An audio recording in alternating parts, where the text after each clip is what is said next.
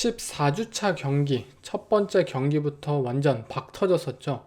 정말 한 끗 차이로 끝이 났었던 두 라이벌리의 대결이었습니다. 그린베이 패커스와 디트로이트 라이온스. 라이온스의 입장에서는 이 치열했던 경기의 승자가 되어 더욱 1번 시드에 가까워지게 되었는데요. 패커스의 경우 비록 패배하긴 했지만 이 플레이오프에서 다크호스의 팀으로서 위협적인 모습을 보여주기도 했던 경기였습니다. 경기를 보고 나서 가장 먼저 설명드릴 것은 이 댄 캠벨 감독의 고포릿이 다시 한번 화제가 되었었죠. 본인 진영 30야드에서 고포릿을 하다가 실패를 하였고, 이것이 그린베이 패커스가 터치다운 드라이브로 바로 연결을 하면서 역전을 당하게 되었던 라이온스가 필드골을 충분히 성공시킬 수 있었던 이 마지막 드라이브에서 또 한 번 무리하게 고포릿을 하였습니다. 물론 이는 결과론적으로만 따지자면 성공을 했어요. 하지만 댄 캠벨 감독의 이러한 무지성 고포릿이 팀을 다시 한번 해칠 수 있다는 사실을 상기시켜 주었는데요. 정규 시즌이니까 이것을 한번 하고 실패하면 다시 한번 해서 성공시키고 이러한 것이 가능합니다. 하지만 플레이오프라는 무대는 다음이라는 기회가 없는 무대예요. 그렇기 때문에 저는 플레이오프에서 작년에도 그러긴 했지만 이 댄 캠벨 감독이 이번에는 그래도 좀 더 보수적이고 안정적인 결과 그리고 선택들을 어느 정도는 추구해야 할 필요가 분명히 있다고 생각이 들었습니다. 이 경기의 전술적인 부분을 살펴보면 패커스와 라이온스 모두 런더볼을 우선시했다는 점은 굉장히 인상적이었어요. 특히 패커스의 경우 경기 초반에 오펜스가 잘 풀리지 않았고, 어쩌면 조던 러브에게 40번, 50번의 패스를 시도할 수도 있었어요. 러브를 무리하게 굴리다가 또 러브가 턴오버를 여러 번 저지르면서 이렇게 쉽게 경기를 잃었을 수도 있겠지만, 꾸준히 조시 제이콥스 본인들의 벨카우 런닝백에게 공을 건네주면서 본인들이 가진 이 라인 싸움에서의 터프함을, 피지컬함을 경기 끝까지 놓치지 않으면서 이 경기를 후반전에 복귀할 수 있도록 잘 인내심을 가지고 경기를 설계해냈습니다. 라이온스의 디펜스는 역시나 이 그린베이 패커스 조던 러브라는 쿼터백을 상대로 굉장히 많은 블리츠를 펼쳤고, 이 블리츠와 프레셔 속에서 조던 러브의 퍼포먼스는 조금 일관성을 보이기는 힘들었습니다. 그러나 패커스의 디펜스가 이 후반전의 중요한 상황에서 턴오버를 연결을 하면서 오펜스에게 기회를 잘 전달해 주었고, 그 기회를 패커스는 터치다운으로 계속 연결해내면서 경기를 접전으로 만들어냈어요.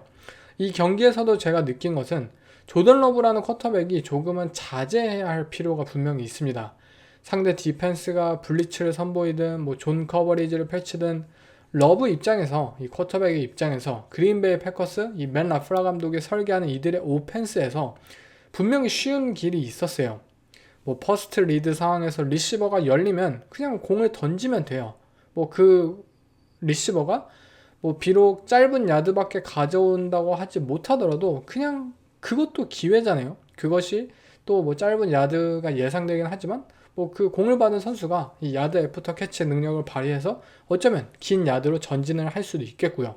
그런데 러브는 더 많은 이 에어 야드를 원하고, 또 그렇게 세컨드, 서드 리드로 눈을 돌리다가 결국 기회를 날려버리는 경우가 굉장히 부지기수했습니다. 물론 그는 뛰어난 결과를 만들어내기도 해요. 하지만 일관성 있는 경기 운영을 위해서 러브는 어느 정도의 욕심을 버리고 매니저로서의 역할을 일부 받아들여야 할 필요가 분명히 있다고 생각이 듭니다. 지금 패커스에서 조던 러브라는 쿼터백은 소년가장이 아니에요. 분명히 본인을 둘러싼 굉장히 뛰어난 러닝백과 이 젊고 재능 있는 리시버들, 이 동료들이 굉장히 뛰어나잖아요. 그렇기 때문에 이렇게 본인 혼자서 너무 큰 리스크를 짊어지려고 할 필요는 없다고 생각이 들었어요. 라이온스의 오펜스의 경우 이날 굉장히 경기 운영을 잘 해내갔고요. 이 경기를 보면서 다시 한번 이 라이온스의 플레이 콜러죠. 벤 존슨 코치가 얼마나 뛰어난 플레이 콜러인지를 실감했던 경기였는데요. 경기 템포에 맞는 적절한 플레이 콜들과 상대 디펜스의 약점을 집요하게 물고 늘어지는 경기 운영 등 굉장히 뛰어난 경기력을 선보였습니다. 먼저 패커스의 디펜스는 이날 마이애미 돌핀스전과 마찬가지로 인버티드 템파 2 커버리지를 많이 사용을 했어요. 이 커버리지를 상대로 제러드 거프 쿼터백은 굉장히 힘들어 했습니다. 인터셉션도 한번 던졌고 기회를 많이 날리기도 했었어요. 그러나 벤 존슨 코치는 이를 알고 지속적인 슬립 스크린을 플레이콜을 했어요.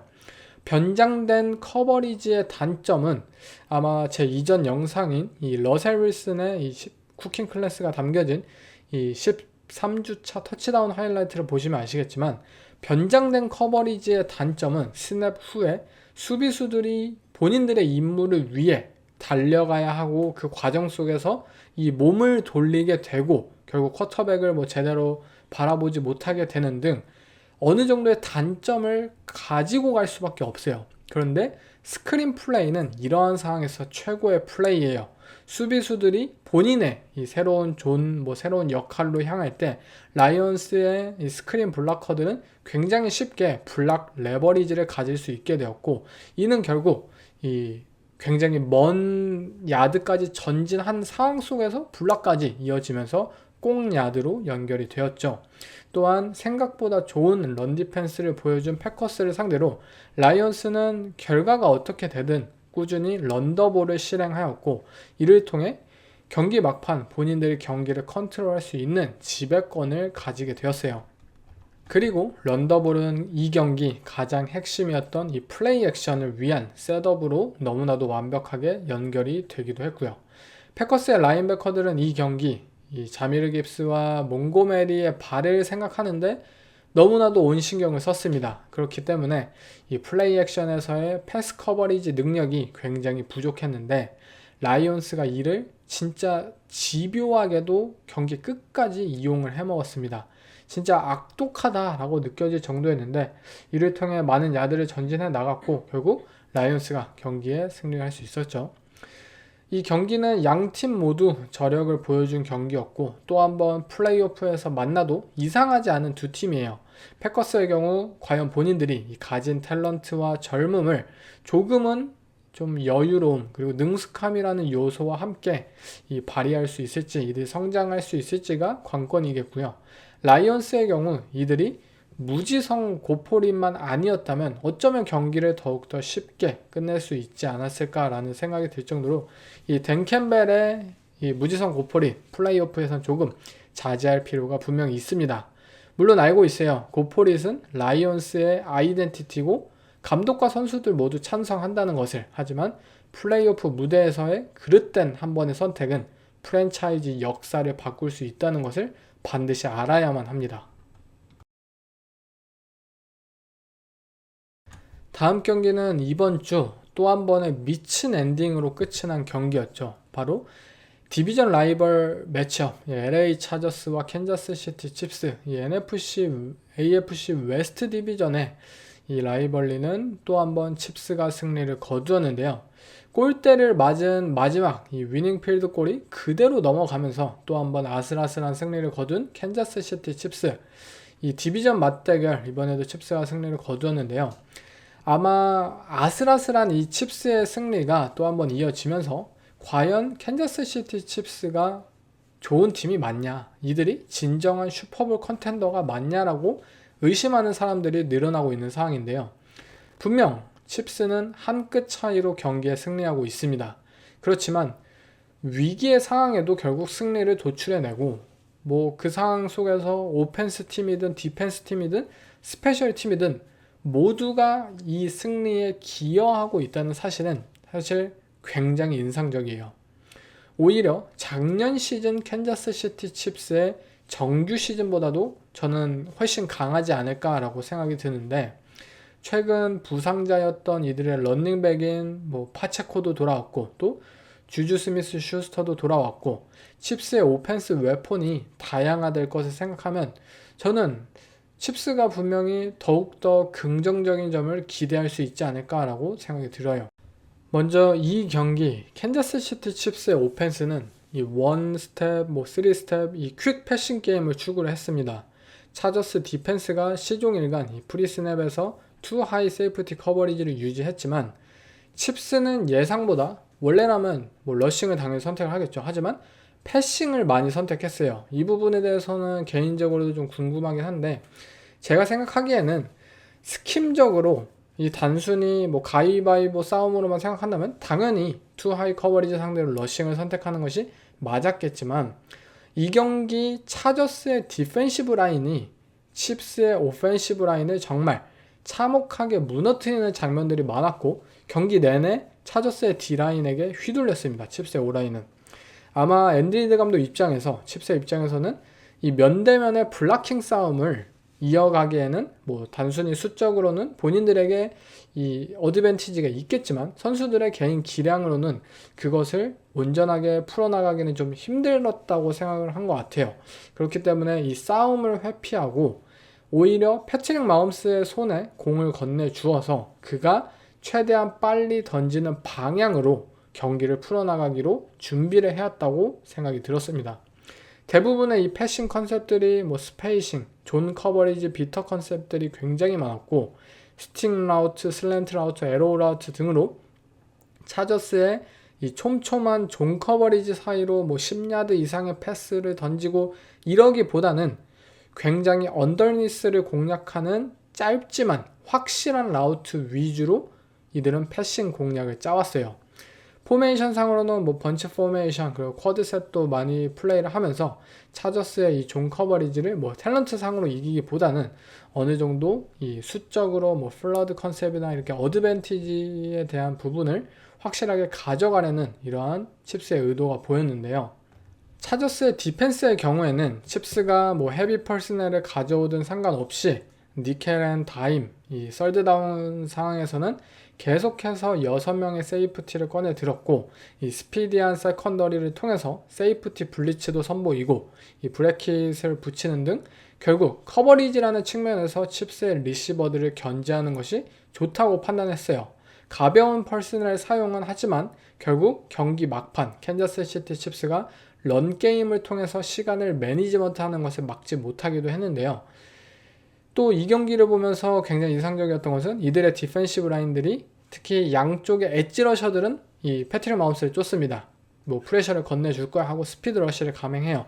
하지만 인테리어 디펜시브 라인맨의 경우 본인들의 이 라인맨을 이제 홀딩하고 있다가 마홈스가 스텝업을 해내는 그 순간을 노리면서 순간적으로 이들을 이 마홈스를 낚는 방식으로 테크닉을 선보였는데요. 이 상황에서 뭐 2개의 색을 기록하기도 하였고 굉장히 좋은 결과를 도출하기도 했죠.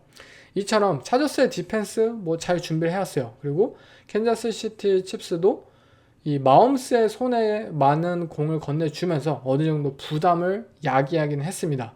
그런데 문제는 패트릭 마홈스의 이날 퍼포먼스가 굉장히 뛰어났다는 것이에요.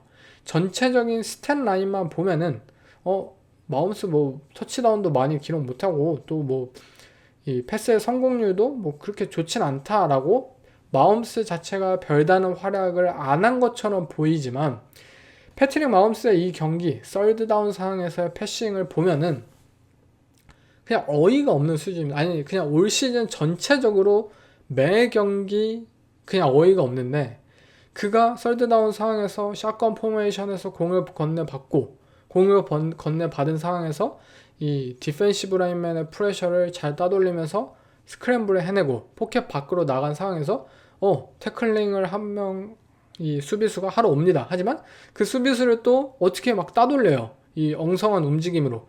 그리고 따돌린 수비수 앞에서 또 이 썰드다운 상황에서 이 퍼스트 다운을 갱신해내는 리시버를 찾아내서 꾸역꾸역 그 선수의 가슴팍에 공을 꽂아냅니다. 이러한 모습들을 보고 있으면 사실 어처구니가 없어요. 아니 이렇게 풋볼이 불합리한 스포츠일까? 어떻게 이 선수는 이런 재능을 가지고 있까? 또 디펜스의 입장에서는 너무나도 좌절스러운 순간들이 연속해서 이어지는데, 그는 패트릭 마홈스는 어떻게 해서든 경기를 이끌어 나가고 있고 득점의 기회를 만들고 그가 있는 한 캔자스 시티 칩스는 영원히 강력한 슈퍼볼 후보라는 것을 이 차저스와의 경기를 통해서 다시 한번 뼈저리게 느낄 수 있었습니다. 하지만 물론 부정적인 그러한 면모도 있었겠죠. 칩스의 오펜스가 뭐 부상자도 돌아왔고 분명 빅플레이들을 선보일 수 있는 선수들이 있었지만 차저스의 디펜스 뭐 워낙 막강한 팀이니까 그럴 수 있다고 생각이 들지만 어쨌든 이들의 오펜스에서 무언가 한 방이 잘 터져주지 않는다는 점, 이들의 런 게임의 폭발성, 그러한 부분들을 빨리 다시 한번 칩스가 찾아내야 하지 않을까라는 생각이 들었어요. 반면에 이 LA 차저스의 오펜스를 살펴보면 차저스의 오펜스는 전반전에 굉장히 힘든 모습들을 보였죠. 이 슬로우 스타트는 결국에는 저는 똑같은 문제라고 생각이 들어요. 이 웨폰에 대한 문제입니다. 러싱에서의 저조한 야드 획득, LA 차저스의 러싱 게임 더 이상의 빅플레이를 기대할 수 없고, 그리고 캔자스 시티 칩스의 디펜시브 라인들을 상대로 온전히 이들의 오라인이 막아내기 힘들었어요. 프레셔를 계속해서 저스틴 허버트에게 흘려냈고, 그리고 또 그러한 상황 속에서 칩스의 세컨더리를 따돌리는 이들의 리시버들이 활약을 보이지도 못했고, 리시버들이 계속해서 꽁꽁 묵혀있고, 뭐 쿠엔틴 존스턴 아쉬운 모습 계속해서 보이고, 칩스의 디펜스가 이날 굉장히 잘했던 모습이었고, 뭐 차저스의 오펜스가 전반전에 잘 풀리지 못했었죠. 칩스는 이날 이 템파2를 베이스로 이 플레이를 하였고, 두 명의 세이프티는 차저스의 슬란 리시버를 라인베커와 함께 더블 브래킷을 펼쳤어요. 결국 아웃사이드 리시버는 코너백과 1대1 상황이 펼쳐졌고, 차저스의 입장에서는 이를 공략해내야 됐어요. 당연히 인사이드 슬란 리시버들은 더블 커버리지가 걸리다 보니까 아웃사이드 1대1 이 코너백과의 경합, 뭐 러셀 윌슨과 뭐 조지 피킨스는 뭐 너무나도 좋아하겠죠. 그리고 뭐 AJ 브라운과 젤런 헐츠 너무나도 좋아하겠죠. 하지만 저스틴 허버트에게는 이러한 리시버가 없어요. 뭐 조버로우와 자말 체이스 이러한 리시버가 없습니다. 쿠엔틴 존스턴 뭐 공 던져도 뭐 세퍼레이션 벌리지도 못하고, 또 아예 공을 그냥 떠먹여줘도 그것을 또 제대로 잡아내지 못하고 뭐 드랍을 하고, 이런 리시버들밖에 없잖아요, 차저스에게. 결국 이 빈약한 리시버들 때문에 LA 차저스는 지속적으로 이 아웃사이드에 대한 매치업을 공략하는 것에 대해서 시도를 여러 번 했습니다. 그렇지만 그것이 다 실패로 돌아갔고, 차저스 입장에서는 공략 방법이 없다라고 느껴졌던 게 이들의 전반전이었어요. 아마 루키 리시버인 이 맥컨키가 이 경기에 나와가지고 슬롯에서 뭔가 좀 필드를 휘저 넣으면서 이 칩스의 디펜스의 의도들을 어느 정도 방해를 했다면 저는 더 좋은 결과가 펼쳐지지 않았을까라고 굉장히 아쉬웠던 요소가 있기도 했었죠. 그리고 또 이 차저스의 오펜스, 단조로운 오펜스 플레이 콜이 결국 아쉬워요.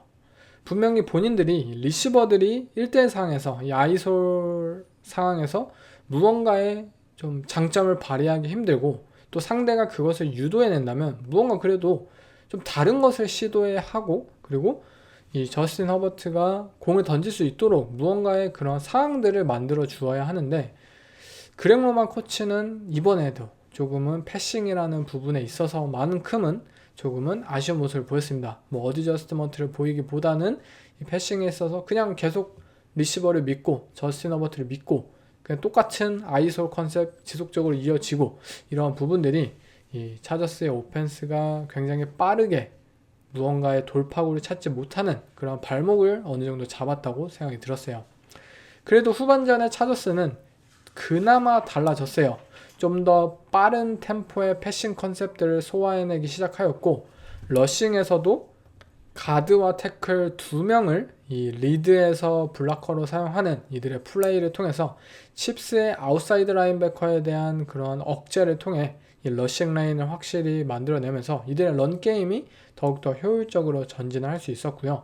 그렇게 러싱이 좀 풀리네 하는 상황 속에서 플레이 액션을 또 한번 이어가면서 빅 플레이를 만들어내기도 하였고, 뭐 후반전만큼은 그래도 차저스 입장에서 이들의 오펜스가 풀렸다라고 볼 수 있었습니다.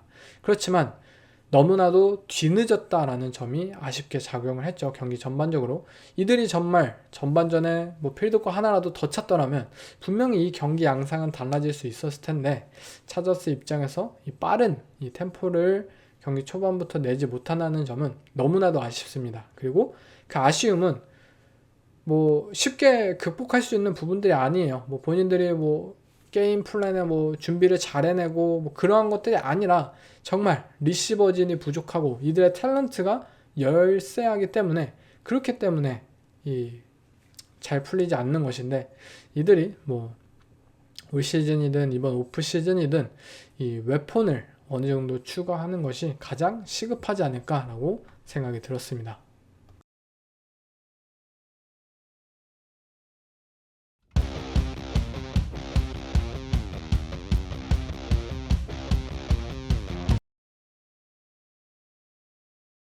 다음 경기는 올해 가장 많은 점수가 쏟아진 경기였죠.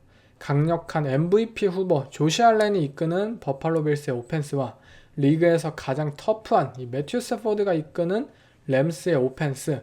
아마 이 경기를 보고 나서 램스와 스태포드의 매력에 빠지신 분들이 굉장히 많을 것 같은데요.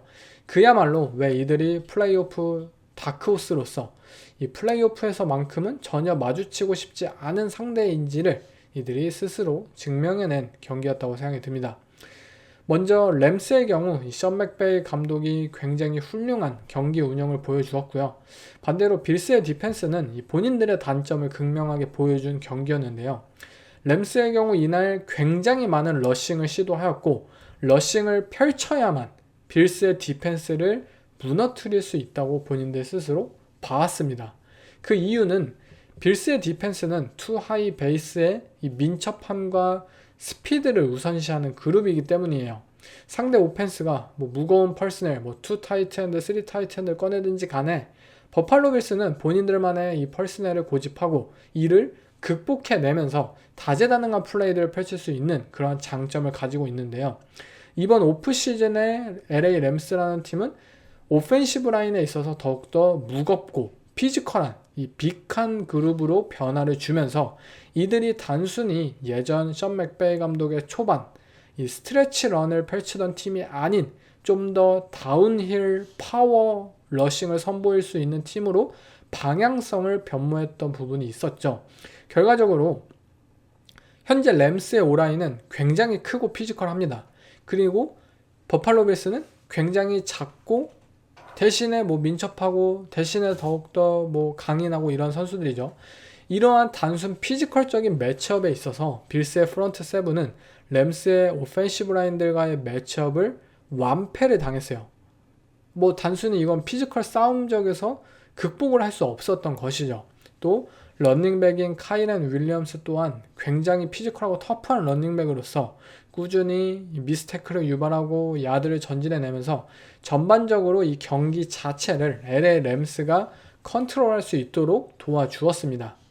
램스의 입장에서는 이 버팔로 빌스와 조시 알렌 이들이 분명히 뒤쳐져 있어요. 우리가 리드를 하고 있어요. 하지만 이들의 오펜스 그리고 현재 조시 알렌의 미친 폼을 생각한다면 이들에게 만약 기회를 건네주고 공을 건네준다면 언제든지 이들이 빅플레이를 만들어내고 MVP급의 활약을 통해서 굉장히 빠르게 터치다운을 만들어내고 경기를 뒤집을 위험성이 있다는 것을 알기 때문에 최대한 빌스 오펜스의 템포를 늦추게 만들고 그들을 조시 알렌을 필드 밖에 있도록 유도해내는 것이 결국 최선이었습니다.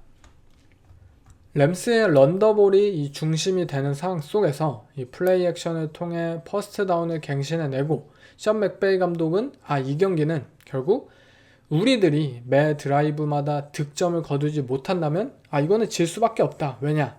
조시 알렌이 쫓아오고 있으니까 이 사실을 알았기 때문에 패싱 상황에서의 굉장히 과감한 컨셉들을 경기 끝까지 선보였어요.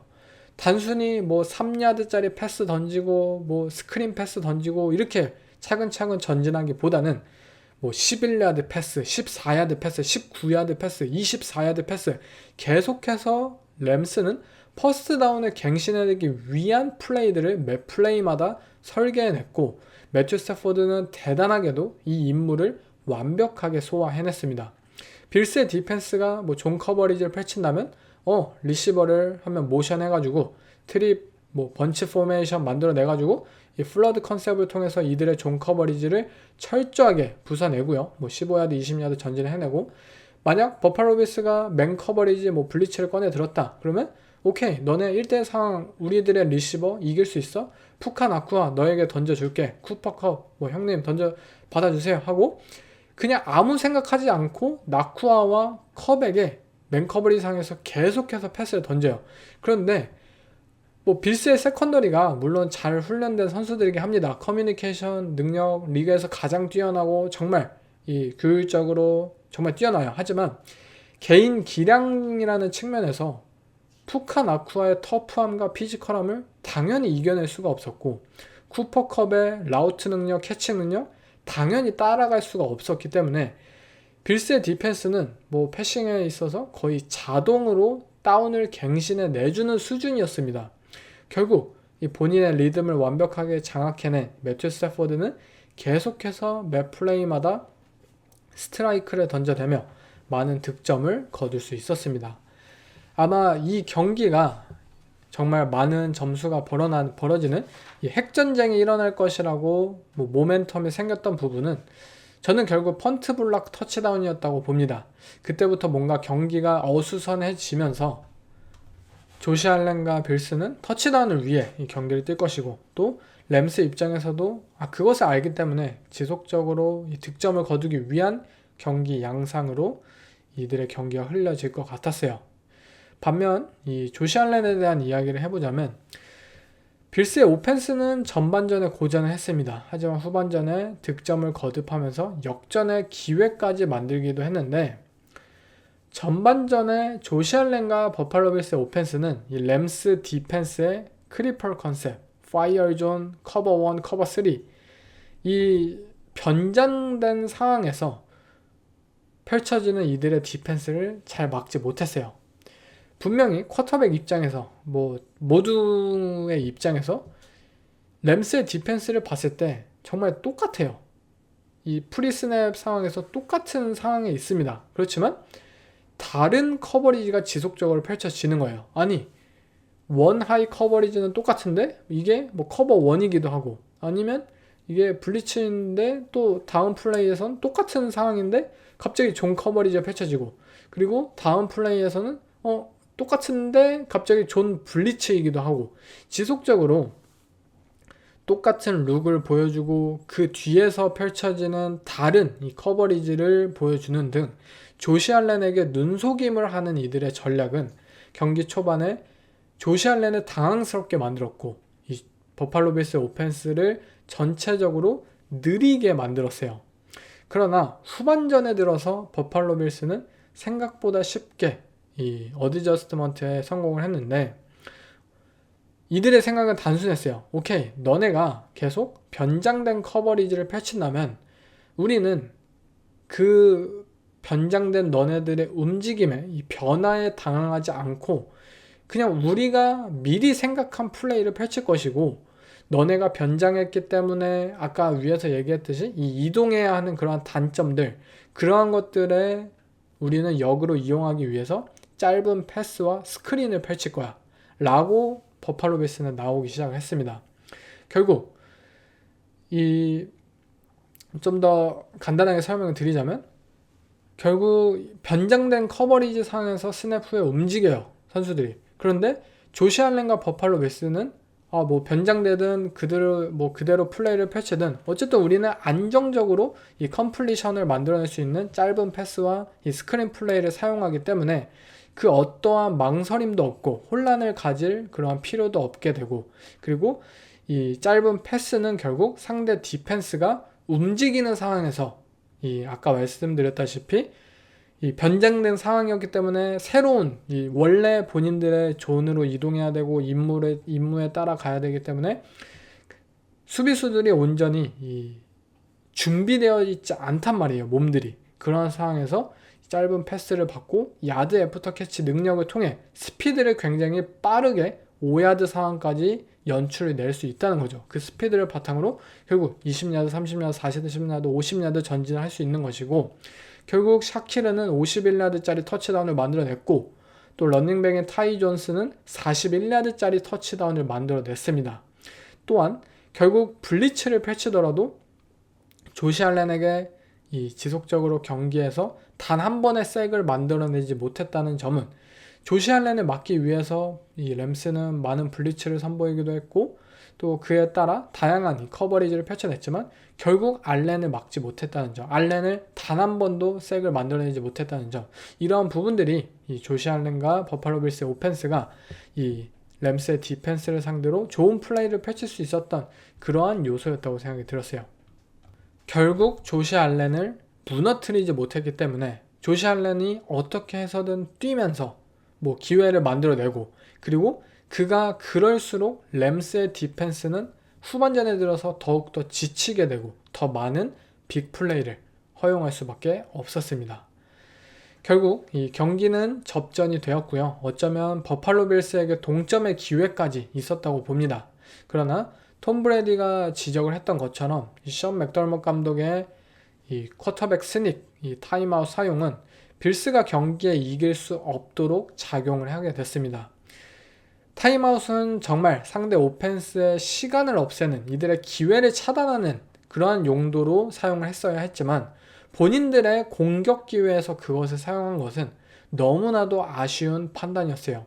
쿼터백 스닉을 사용하면서 어이없게 그 타임아웃의 기회를 날리게 되었고, 결국 이들은 어쩌면 엔드존으로 킥을 날리고 이 3번의 3앤아웃을 통해서 펀트를 받아가지고 본인들이 좋은 진영에서 공격을, 이 필드골에 시도할 수 있는 그러한 드라이브를 마지막으로 연결할 수도 있었겠지만 결국 온사이드 킥을 찰 수밖에 없는 그러한 상황으로 경기가 갑자기 바뀌어버렸고, 온사이드 킥이 실패가 되면서 이들은 당연히 좋은 필드 포지션을 받을 그러한 기회조차 사라지게 되었고, 굉장히 아쉬웠던 판단이었다고 생각이 들었어요. 그리고 만약에 이 션 맥더머트 감독의 이 승부처에서의 상황 판단 능력이 올해도 이들이 플레이오프에 당연히 진출하기 때문에 플레이오프에서 또 한번 이어진다면 빌스는 정말 아쉬운 결과를 이번에도 또 한번 안아가지 않을까라고 생각이 들었습니다. 맥더머트 감독의 이 능력은 여러분들도 이미 캔자스 시티 칩스와의 그 예전 챔피언십 매치업 13초 만에 칩스가 이 필드골을 만들어냈었던 그 경기에서도 많이 부족하다고 모두가 목격을 했겠지만 이번에도 이 판단은 굉장히 아쉬웠습니다. 반면에 LA 램스의 션 맥베이 감독 굉장히 훌륭한 게임을 준비해 왔고요. 앞으로 이들이 디비전 우승을 할지 안 할지 모르겠어요. 시애틀 시옥스가 현재 가장 높은 이 승률을 기록하고 있고 가장 가능성이 높기도 한데, 어쨌든 진출할지 안 할지 모르지만 저는 NFC 웨스트라는 디비전에 있어서만큼은 LA 램스라는 팀이 가장 강력한 팀이라고 생각이 들어요. 분명 플레이오프에서 시애틀 시옥스 만난다? 안 무서워요. 애리조나 카디너스 만난다? 안 무서워요. 샌프란시스코 나이너스 만난다? 지금의 나이너스는 무섭지 않습니다. 그렇지만 LA 램스를 만난다? 그것은 분명 무섭다고 느낄 팀입니다.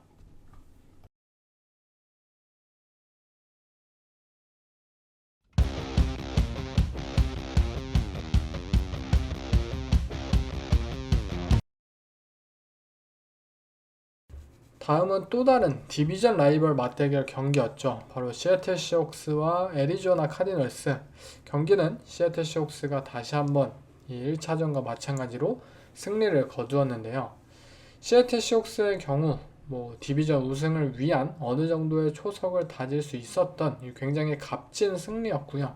카디널스는 홈에서 이 라이벌리 팀에게 패배를 하였고, 그것이 이 디비전 우승의 이들의 목표, 꿈, 이러한 것들을 뭔가 날리게 만드는 이 굉장히 중요했던 패배였기 때문에 실망스러울 수밖에 없다라고 생각이 듭니다. 두 차례의 매치업을 보면서 느낀 것은 아직 이 애리조나 카디널스라는 팀이 시간이 좀 부족하다라는 점인 것 같아요. 분명 올 시즌 중반까지 이 바이윅을 가지기 전 10주차까지 애리조나 카디널스는 6승 4패를 기록하면서 예상외의 선전을 거두면서 디비전 우승의 기대감을 모은 것도 사실이지만, 이 팀은 아직 시즌 막바지까지 본인들의 이 좋은 경기력을 유지하고 또 디비전 우승을 노릴 만한 전력을 갖추지는 못했습니다. 이들의 오펜스, 디펜스, 뎁스는 아직도 무척 얇고요. 이들의 탤런트는 디비전 라이벌들에 비해 아직도 부족합니다.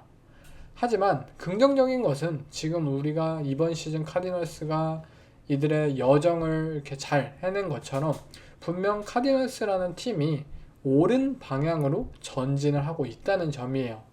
클리프 킹스버리 전 감독 그리고 스티브 카임 전 단장, 이 두 명의 인물이 똥을 싸고 간 이 팀이 분명 쉬울 것 같진 않았습니다. 하지만 이들은 차례차례 그 똥들을 치워내고 있고 본인들만의 방식으로 천천히 팀 빌딩을 해나가고 있고요. 거기에 있어서 조금의 더 많은 인내를 가지기만 한다면 내년 시즌 더욱더 이들에게 좋은 기회가 찾아오지 않을까라고 생각이 들었습니다. 시애틀 시옥스의 경우 바이윅이 이들에게 있어서 굉장히 중요한 전환점이 되었다고 생각이 들고요. 저 또한 이 시즌 중반까지의 시애틀 시옥스의 모습을 보면서 어느 정도 실망스러웠습니다. 이들의 코칭진의 미숙함, 이러한 부분들에 대해서 실망을 감출 수가 없었는데 바이윅 이후에 이 시애틀 시옥스라는 팀은 분명히 달라졌어요.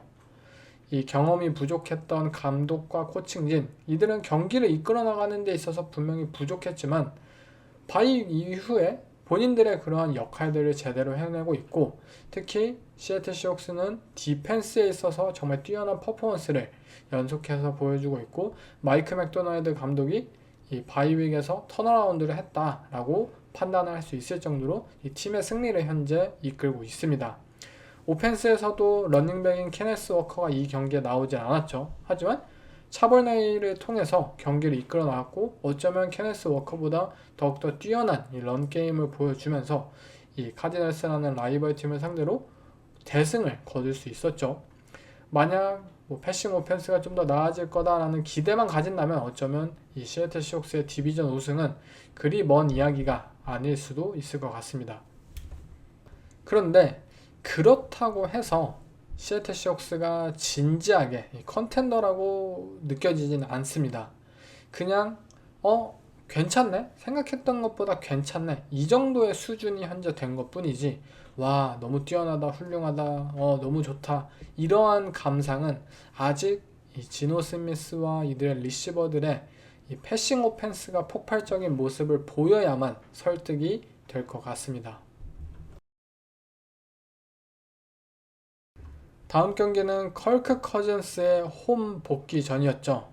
바이킹스와 팔콘스와의 경기, 바이킹스에서 펼쳐진 경기는 더블 스코어가 나버리는 처참한 결과를 맞이하게 돼버렸습니다. 바로 팔콘스가 21대 42로 바이킹스에게 패배를 했는데요.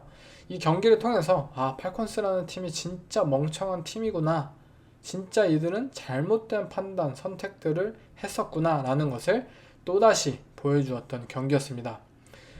애틀랜타 팔콘스, 다시 한번 생각을 해봅시다. 몇 년 전 이들은 드션 왓슨이라는 쿼터백에게 9회를 펼쳤습니다. 오케이, 드션 왓슨을 놓쳤어요. 그리고 트레이드 시장에 나왔던 라마 잭슨의 경우 부상이 많고 뛰어다니는 러닝백은 싫다 라고 이들은 라마 잭슨을 깠었죠.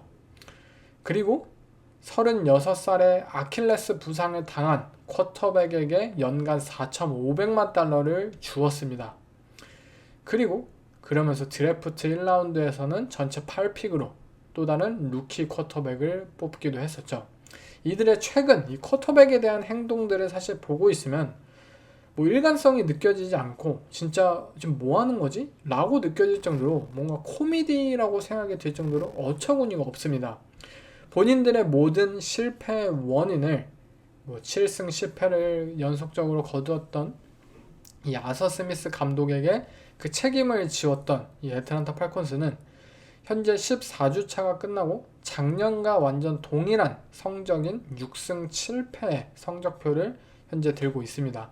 그렇다면 과연 아서 스미스 감독이 문제였던 것일까요? 아서 스미스 감독이 문제라고 이들은 낙인을 찍고 감독을 해고했어요. 그렇지만 전혀 올 시즌 나아진 것이 없었죠. 그렇다면 쿼터백이 문제였던 것일까요? 데스먼드 리더와 테일러 하이니키, 작년 시즌 팔콘스의 주전 쿼터백이었던 이들의 쿼터백들은 컬크 커즌스 바꿨고 4,500만 달러 주었지만 팀 성적은 똑같습니다. 그러면 컬크 커즌스가 문제인 것일까요? 본인들의 구단이 아무리 쿼터백을 바꿔도, 감독을 바꿔도, 선수들을 바꿔도 이 성적에 대한 변화가 없는 것에 대한 근본적인 문제가 무엇이고 그 문제를 어떻게 해결할 방법에 대해 팔콘스는 고민을 해야 하지만 이들은 절대 바뀌지 않을 팀이에요. 바이킹스와의 경기, 애틀랜타 팔콘스는 분명 4쿼터가 시작되기 전까지 경기를 접전으로 이끌어 나갔습니다. 이들의 런닝백들 비잔 로빈스와 타일러 알게이러 빅플레이를 만들어 주었고 안정적으로 야드를 전진해내면서 이 미네소타 바이킹스가 6&1 프론트를 사용하면서 오케이 너네 러싱을 막을 거야 하지만 아무 상관없이 이들은 런더볼을 펼치면서 엄청난 선전을 선보였습니다. 그렇지만 4쿼터 경기의 가장 중요한 순간이 들이닥치게 되자 팔콘스는 스스로 무너졌어요. 펌블을 저지르고 컬크 커즌스는 인터셉션을 턴오버를 연달아 내주면서 바이킹스에게 결국 더블 스코어로 이 경기에 패하게 되었습니다. 즉, 이 팀은 4쿼터, 이 클러치 상황, 동점 상황 이처럼 팀에 있어서 선수들에게 있어서 가장 터프한 면모를 보이고 가장 많은 집중력을 선보여야 하는 그 순간에 이들은 어이없게도 가장 연약한 소프트한 팀이 되어버렸다는 사실이 이 팀에 대한 가장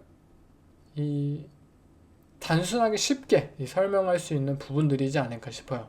컬크 커즌스 또한 이번 경기에서 이 바이킹스의 블리츠, 맨 커버리지, 이 프레셔 아무것도 하지 못했고요. 반면에 이 바이킹스의 쿼터백인 샘 다놀드, 애틀랜타 팔콘스의 디펜스가 어마어마하게 이날 블리츠를 많이 선보였는데 이 프레셔 상황에서 수비수들을 따돌리면서 그 터치다운 패스, 조던 에디슨의 50야드 터치다운 그거 다 프레셔 따돌리고 만들어냈잖아요. 반면에 컬크 커즌스는 프레셔 오면 그냥 색당하고 그냥 인터셉션 던지고 그냥 인컴플릿 패스 던지고 이게 끝이에요. 이처럼 두 명의 쿼터백이 극명하게 대비되는 모습들을 선보였고 만약 다놀드가 애틀랜타에 있었다면 애틀랜타가 승리했을 거예요. 커즌스가 바이킹스에 있었다면 바이킹스는 졌을 것이고요. 이처럼 연간 $10,000,000를 받는 쿼터백보다도 연봉을 무려 4.5배나 더 받는 쿼터백이 이 극명하게 경기력에서 차이가 난다면 당신의 팀은 문제가 있는 것입니다. 물론 아직도 NFC 사우스 디비전 농어촌 전형 열리긴 했어요. 아직도 디비전 우승 가능성이 있습니다. 팔콘스 입장에서. 그렇지만 근본적으로 이들이 플레이오프에서 경쟁을 해냈고 또 팔콘스가 디비전 우승을 했다고 해서 좋은 팀이라고 여긴다면 그것은 더욱더 문제가 있는 상황인 거죠. 애틀랜타 팔콘스는 반드시 본인들의 문제를 인식하고 그것을 해결하기 위한 모습들을 지금이라도 보여야 된다고 생각이 듭니다. 다음 경기는 캐롤라이나 팬터스와 필라델피아 이글스. 이 이글스를 상대로 무려 13.5포인트의 그 라인 격차가 있었던 경기였지만 캐롤라이나 팬터스는 올 시즌 최대의 업셋을 일으킬 수도 있었습니다. 마지막에 루키 리시버인 자비에르 르겟이 패스를 드랍하지만 않았더라면 브라이스 영이 진짜 이보다도 완벽하게 던질 수 없다라고 생각했던 그 패스를 드랍하지 않았다면 분명 이 팬터스가 경기를 승리했었을 것입니다. 어쨌든 경기에서 지긴 했지만 이처럼 팬터스의 최근 퍼포먼스는 분명히 인상적입니다. 그동안 버스트라고 평가를 하였고 정말 이제 끝이다, 팀에서 방출된다, 트레이드 할 것이다 라고 불렸던 브라이스 영이라는 쿼터백은 자신감을 몸에 둘러싼 모습이고 그의 필드 위에서의 바디랭귀지는 과연 이 선수가 시즌 초반에 위축대에 모이고 자신감을 잃어버렸던 그 선수가 맞나라고 생각이 들 정도예요. 여유있게 스크램블을 해내고 리시버들과 뛰어난 호흡을 보여주고 있고 포켓 안에서 그의 움직임은 조 버로우가 떠오를 정도로 이 선수가 이 포켓 프레센스가 이 정도로 뛰어났나? 라고 스스로 생각을 해보게끔 만드는 그 정도의 클래스를 보여주고 있는 선수가 되었어요. 이글스의 디펜스 굉장히 강력한 디펜시브 라인을 가지고 있잖아요. 그럼에도 불구하고 이번 경기 색을 단 한 개밖에 당하지 않았습니다. 이처럼 브라이스 영이 이끄는 팬터스의 오펜스는 새롭게 러닝백인 추바 하버드와 연장 계약을 체결하기도 하였고 이 좋은 러싱 게임을 보여주는 러닝백과 함께 분명 좋은 풋볼을 보여주고 있습니다. 모두가 불과 몇 달 전만 하더라도 한 달 전만 하더라도 CJ 스트라우드와 브라이스 영의 뭐 비교는 이미 끝이 났다. 뭐 스트라우드를 거르고 브라이스 영을 뽑은 것은 뭐 희대의 그냥 역사에 남을 것이다. 뭐 이런 듯이 말을 했었지만 현재 브라이스 영은 CJ 스트라우드보다 더 좋은 풋볼을 펼치고 있습니다. 스트라우드는 뭐 소포머 징크스를 현재 겪고 있고 어쩌면 이미 판가름이 날 것이라고 생각되었던 이 둘의 커리어는 2년 차에 들어서 다른 방향으로 갈지도 모른다는 게 제 생각입니다. 결국 지금 가장 중요한 것은 앞으로 캐롤라이나 팬터스라는 구단이 어떻게 하느냐예요. 지금 영은 분명히 가능성을 보여주고 있습니다. 그가 왜 전체 1팩 출신이고 그가 왜 엘라바마에서 팀을 뭐 챔피언십으로 이끌었던 그러한 선수인지 분명히 앞으로 프랜차이즈 쿼터백으로서의 가능성을 굉장히 잘 보여주고 있어요. 하지만 팬터스는 시즌 초반 브라이스 영이 부진하자 그를 뭐 트레이드할 것이다 라고 루머를 흘리기도 하였고 곧바로 뭐 앤디 달튼으로 이 쿼터백을 올리기도 했고 잘못된 판단들을 분명 저질렀어요. 저 또한 그러한 상황 속에서 지켜보면서 굉장히 실망스러워 했고요. 단순히 이 팬터스뿐만이 아니라 리그의 대다수 구단들은 문제가 발생하면 그것을 해결하려는 노력을 보이기보다는 문제를 덜어내기 위해, 덮어내기 위해 움직일 뿐입니다. 그런데 그 문제를 근본적으로 해결하지 못한다면 그 문제는 다음에도 또 나올 것이고 그 다음에도 나올 것이고 계속해서 나올 뿐이에요. 덮기만 해서는 그 문제를 근본적으로 해결을 못한다는 것이죠. 이 캐롤라이나 팬터스는 지금까지 분명 잘못된 길을 걸어왔어요. 하지만 옳은 길로 갈 수 있다는 희망을 분명 브라이스 영을 통해서 살펴볼 수 있었고요. 과연 이들이 그 길을 잘 이탈하지 않고 옳은 길을 계속해서 걸을 수 있을지 앞으로 지켜보는 것이 굉장히 주목되네요. 반면에 상대팀이었던 필라델피아 이글스 승리를 거두었습니다. 뭐 세ኳ 바클리 좋은 활약 펼쳤고 뭐 젤런 헐츠도 뭐 본인의 발로서 뭐 스크램블 하면서 뭐 좋은 모습을 보였습니다. 그런데 캐롤라이나 팬터스에게 업셋 패배를 당할 뻔했다. 그리고 그 가장 큰 이유는 결국 올 시즌 이들의 문제점이자 아직까지도 뭔가 극복해내지 못하고 있는 그러한 부분인데요. 바로 경기 초반에 이들의 오펜스가 굉장히 느리다는 점. 득점을 하기까지의 1쿼터, 2쿼터 이들은 너무나도 아쉬운 드라이브를 번번이 이어가고 있어요. 1쿼터에서 필라델피아 이글스가 오프닝 드라이브에서 터치다운을 만든다? 이것을 기대하는 것이 현재 너무나도 힘듭니다. 만약 이들의 오펜스가 경기 초반에 이렇게 느리다는 점은 정규 시즌에야 뭐 그냥 잘 넘어갈 수 있겠죠. 하지만 플레이오프 무대에서는 분명 치명적으로 저는 작용할 것이라고 봅니다. 작년 템파베이 벅스에게 업셋을 당했던 것처럼 올해도 이글스는 본인들의 오펜스 템포를 초반부터 끌어올리지 못한다면 본인들의 장기, 뭐 게임 매니지먼트 또는 뭐 런더볼 이러한 능력들을 사용하지 못할 것이고요. 결국 상대팀에게 주도권을 내주게 되는 것이에요.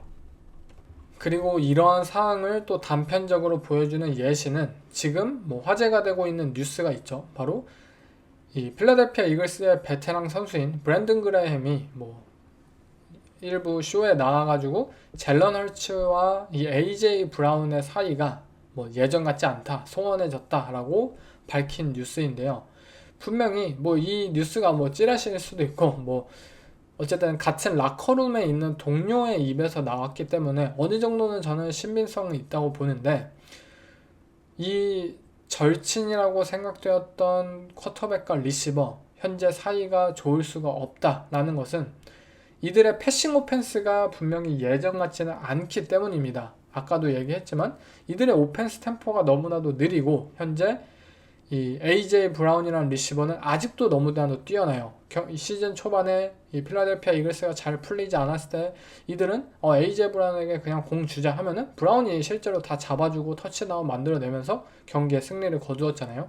AJ 브라운은 이번 경기에서도 굉장히 많은 오픈 찬스를 만들어내고 아직도 리그 최고의 리시버의 활약을 보여주고 있습니다. 하지만 젤런 헐츠라는 이 쿼터백이 브라운을 잘 못 보고 있고 오픈 찬스를 잘 떠먹지 못하고 있고 헐츠의 부진 때문에 이러한 상황들이 벌어지고 있고 또 패싱 게임이 잘 풀리지 않고 템포가 느리기 때문에 세쿠안 바클리에게 이글스의 오펜스는 더욱더 의지하고 이 포인트가 맞춰지고 있어요. 그런데 그럴수록 AJ 브라운의 존재감은 옅어지고 있고 뭐 자존심이 센 디바 리시버라면 어느 정도 투덜거리는 그런 뭐 잡음들이 나올 수밖에 없는 상황이지 않을까 싶어요. 물론 부정적인 뉴스인 것은 분명합니다. 결국 이를 해결하기 위해서는, 그리고 모두가 해피엔딩으로 끝나기 위해서는 젤런 헐츠라는 이 쿼터백 스스로 분발해내야 하고, 또 젤런 헐츠를 도와주기 위해서 캘럼 무어 이들의 오펜시브 코디네이터가 정말 좋은 코칭을, 이 플레이 스킴을 짜낼 수밖에 없지 않나 라고 생각이 듭니다. 만약 그것을 못 해낸다면 올해도 필라델피아 이글스는 이 플레이오프 무대에서 업셋을 당하고 AJ 브라운의 오프시즌 드라마가 펼쳐질 확률이 굉장히 높기 때문입니다. 네, 이 외에도 뭐 뉴욕 제츠와 마이애미 돌핀스 간의 라이벌리 경기, 마이애미 돌핀스가 러싱 게임이 잘 풀리지 않았지만 이 러닝백 스크린에 대한 설계가 굉장히 뛰어났고, 결국 투아라는 쿼터백이 그래도 홈에 있어서만큼은 이 뛰어난 패싱 게임을 선보일 수 있는 쿼터백이다. 우리는 아직 뭐 12월 춥긴 하지만 홈에서만큼은 그래도 따뜻하니까 우리가 충분히 승리할 수 있다라는 경기라고 보여주었고요. 또 뉴올리언 세인츠와 뉴욕 자이언츠, 세인츠가 겨우겨우 이겨내긴 했지만 뭐 사실 뭐 도찐 개찐이다 라고 평가할 수 있을 정도로 이들의 경기력도 굉장히 부족하였고, 또 데리카가 뭐 본인 혼자서 뭐 퍼스트 다운 갱신하겠다고 막 점프하다가 부상을 당했죠. 뭐 그런 모습을 보면서 이렇게 불필요한 행동을 굳이 쿼터백이 할 필요는 없는데, 오히려 본인이 유리몸이고 뭐 그런 부분들을 잘 알고 있다면 본인의 몸을 지키는 것이 더욱더 중요한 상황이지 않았을까, 굉장히 아쉬웠던 그런 판단이었다고 생각이 들고요. 자이언츠의 경우 이번 경기 또 한번 패배를 하면서 뭐 2승 10패, 11패 현재 굉장히 좋지 못한 상황인데요. 다시 한번 세쿠안 바클리가 필요하고, 또 그러한 판단을 내렸던 조슈앤 단장, 저는 브라이언 데이볼 감독은 사실 뭐 무죄라고 생각이 듭니다. 뭐 죄가 아예 없진 않겠지만 이 브라이언 데이볼 감독이 사실 이 팀 상황에 있어서 뭘 할 수 있겠습니까? 팀 내 최고의 선수인 세쿠안 바클리를 이 본인의 단장이 필요 없다고 내쫓았고, 그리고 데니얼 존스에게 4천만 달러 계약 주면서 오케이 너 데니얼 존스랑 알아서 해봐 이렇게 팀을 구성을 해놨는데, 문제는 뭐 데니얼 존스도 결국 방출이 된 상황이고, 드류락, 뭐 토미 드비토 뭐 이러한 선수들과 현재 팀을 오펜스를 굴러가게 만들어 하는데, 이게 진짜 데이볼 감독 입장에서도 너무 좌절스러울 것이고, 이 감독 입장에서도 무언가 뚜렷하게 해결할 수 있는 방안이 없다는 게 제 의견입니다. 그리고 이제 잭슨빌 제기어스와 테네시 타이탄스의 경우 무리하게 고포릿을 했던 점이 결국 경기에 패하게 된 원인이 되었는데요. 잭슨빌 제기어스, 그리고 뭐 날씨도 비도 잠깐 내렸고 좋지 않았고, 그리고 쿼터백인 윌 레비스가 이 경기를 뛰는 상황 속에서 테네시 타이탄스는 뭔가 자기 객관화가 필요한 상황이지 않을까 싶어요. 우리 팀이 자신있게 고포릿을 외칠 수 있는 팀일까? 그리고 고포릿을 외쳤을 때 왜 러싱이 아닌 패싱을 선택해야 하는 것인가? 우리 팀의 쿼터백은 윌 레비스인데 윌 레비스가 과연 고포릿을 성공시킬 만한 쿼터백인가? 라는 부분에 있어서 좀 더 생각을 해봐야 되지 않을까 싶고, 단순히 뭐 아날리틱에 의하면 뭐 고포릿을 하는 게 뭐 득점 확률, 기대 확률과 뭐 승리 확률이 더 높다, 뭐 이러한 것은 다 필요 없습니다.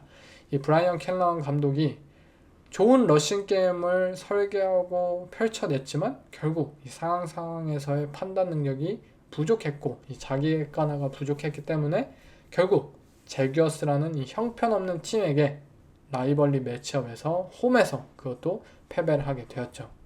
그리고 또 다른 라이벌리, 이 클리브랜드 브라운스와 피츠버그 스틸러스, 아마 아서 스미스 전 감독에 대한 뭐 이야기들이 최근 스멀스멀 올라오고 있어요.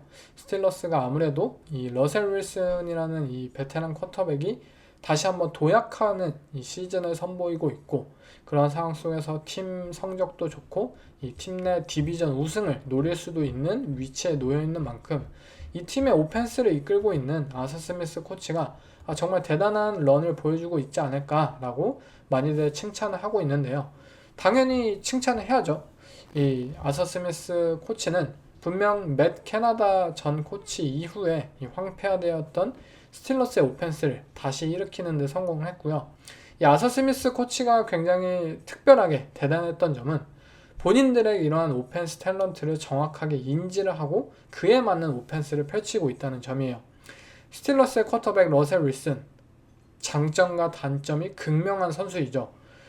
굉장히 뛰어난 딥볼을 던질 수 있고 또 체크다운 패스 능력을 가지고 있어요. 하지만 러셀 윌슨의 단점, 미들 오브 더 필드를 공략할 수 없고 10야드에서 20야드 사이의 패스를 던지는데 굉장히 부족한 선수입니다. 그런데 스틸러스의 현재 오펜스? 오케이, 뒷볼만 주구장창 던지는 경기가 있고 또 숏패스만 주구장창 하는 경기가 있어요. 상대 디펜스에 따라서 게임 플랜은 달라지긴 하지만 어쨌든 러셀 윌슨이 할 수 없는 것, 힘들어하는 것, 이러한 거를 잘 시키지 않고 있고요. 또한 피츠버그 스틸러스의 오펜시브 라인즈는 분명 리그 평균 이하의 선수들입니다.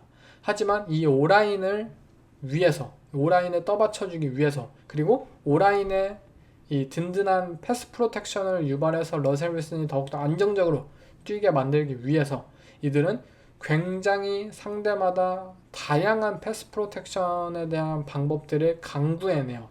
2명의 타이트엔드, 3명의 타이트엔드, 어차피 우리는 헤비 퍼스널로 가니까 엑스트라 블러커를 좀 더 사용할 수도 있고, 또는 플레이 액션 붓 플레이를 펼치면서 러셀 윌슨의 발을 활용하면서 어쩌면 스스로 이 상대 수비수들을 따돌릴 수 있는 그런 환경을 유발하기도 하고, 스틸러스의 이 현재 탤런트들의 그런 특성에 맞는 이 스킴이나 이런 플레이들을 아서 스미스 코치는 분명히 잘 재단을 하고 있습니다.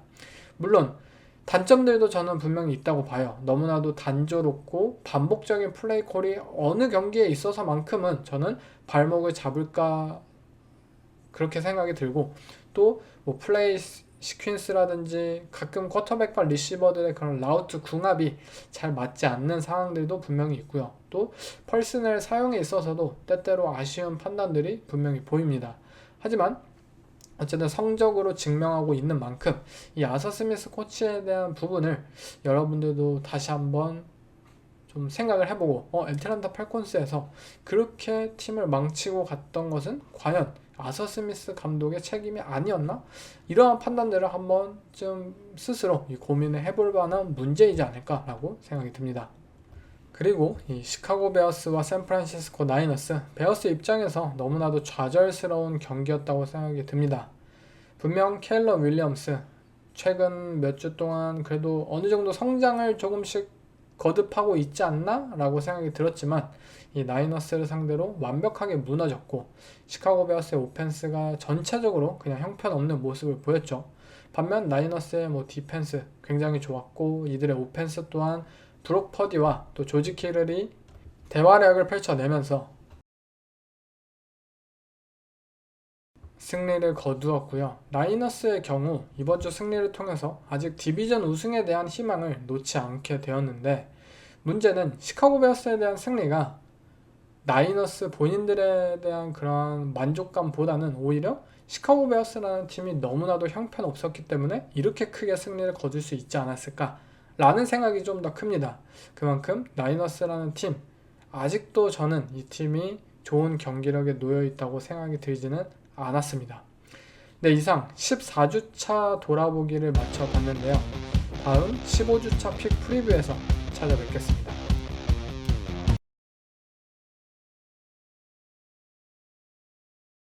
I don't know how you can improve unless you can accept constructive criticism. I don't know how you can get any better. Look, just relax. You got to concentrate on what the hell you're doing, all right? It's about the 8th time we run that play. We got to get that one. It's eye near. Come on, it's eye near. Think about it. That's where the double team's coming. That's what a football team has to do. It has to accept constructive criticism, recognize what it didn't do well or where its weaknesses are, and then improve on them to get better. Get your pads down now and punch it through there. You with me? I don't want to see that guy come up here and light you up and throw you on your back, all right? Put your pads down and punch it through. Look, I can't put you in a game if you don't know consistently what to do. All right? You can't do it. I mean, we're going to sit in here and tell them what they did wrong. We're going to sit in here and tell them, what we think is not sufficient. If that's going to take the player to say, oh, well, he's picking on me and just shut it down and build up a wall and not accept any coaching, how's he going to get any better? I mean, it won't happen.